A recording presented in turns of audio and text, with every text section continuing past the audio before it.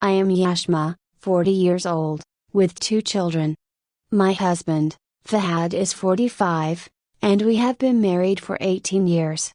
When we got married, I was happy.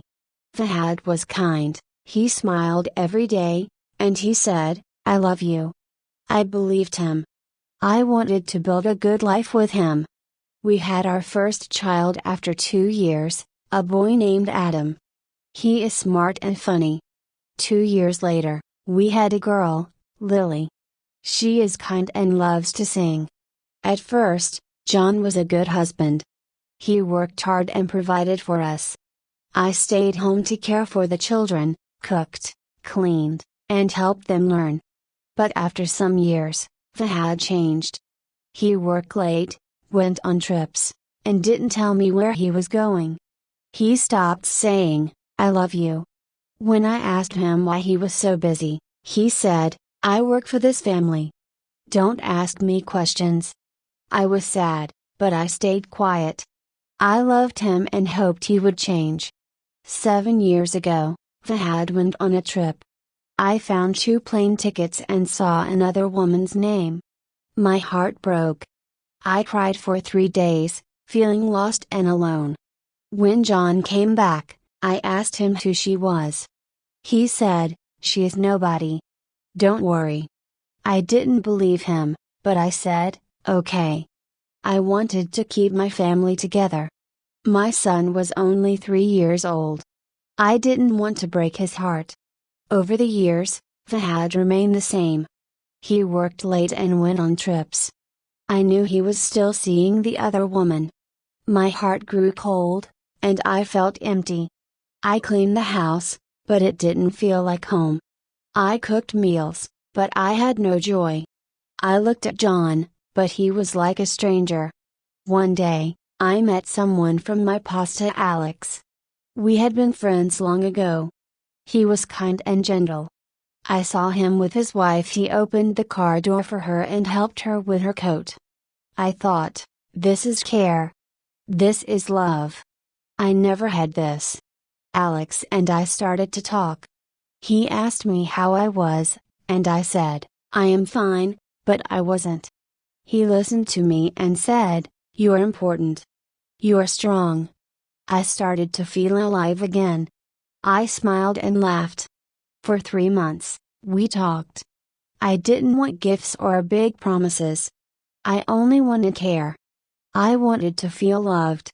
But Fahad found out. He was angry and shouted, "Why did you do this?"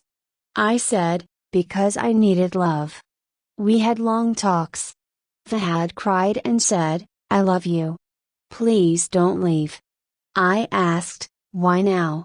Why after 18 years?" He said, "I didn't know you were hurting."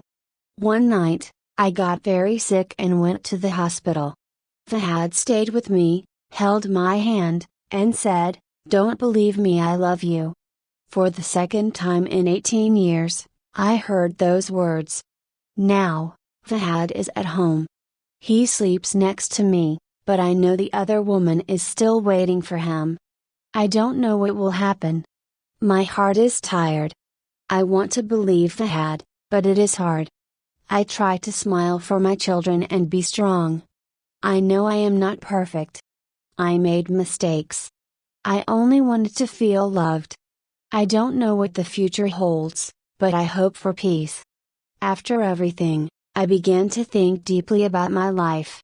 I spent many nights staring at the ceiling, my mind full of questions. Should I stay? Should I leave? What is best for my children? What is best for me? Fahad tried to be better. He stayed home more often and helped with small things, taking out the trash, washing the dishes, asking if I needed help. These were small changes, but I noticed them. Still, my heart was not the same. I felt like I was living with a stranger. When I looked at Fahad, I didn't see the man I married. I saw a man who broke my trust. One evening, I sat with Adam and Lily at dinner. They were laughing, telling stories about school. I looked at them and thought, they are so happy. They don't know the pain in my heart. After dinner, I asked Adam, "Do you think Daddy and I are happy?" Adam looked surprised. "I don't know, Mom. You are always kind to each other, but sometimes I feel like you're sad." Lily, still young, said, "Mom, I just want us to stay together. I don't want anything to change." Their words made me cry. I didn't want to hurt them, but I knew I couldn't pretend forever. One day, I decided to visit Alex. We hadn't spoken since John found out. I needed to say goodbye. When I saw Alex, he smiled. "How are you?" he asked. "I'm trying to fix my life," I said. Alex nodded. "You are strong, Mary. I know you will find your way." I thanked him. "You gave me something I will never forget. You reminded me that I am important." Then, I walked away, knowing it was the last time I would see him. I decided to talk to Fahad. "We need to be honest," I said. "Do you want this marriage to work?" Fahad looked at me. "Yes, I want us to stay together. I made mistakes, but I love you." I asked, "Can you leave the other woman? Can you give me the love and care I need?" He said, "I will try." I told him, "Trying is not enough. I need you to mean it." One day, I looked in the mirror and said to myself, "Mary, you're not perfect. You made mistakes too.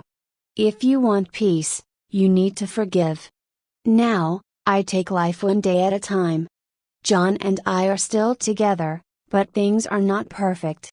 He says he loves me, but I still feel doubt. I focus on my children. I want them to grow up in a happy home. I try to smile for them, even when my heart feels heavy. I also focus on myself. I started reading books and taking walks alone. I learned to love myself again. One day, I wrote a letter to myself. "Dear Mary, you are strong. You are kind. You are important. Life is hard, but you can handle it. Remember, love yourself first, then you can love others. You deserve happiness. Don't forget that." I keep this letter in my drawer. When I feel sad, I read it. It reminds me that I am not alone.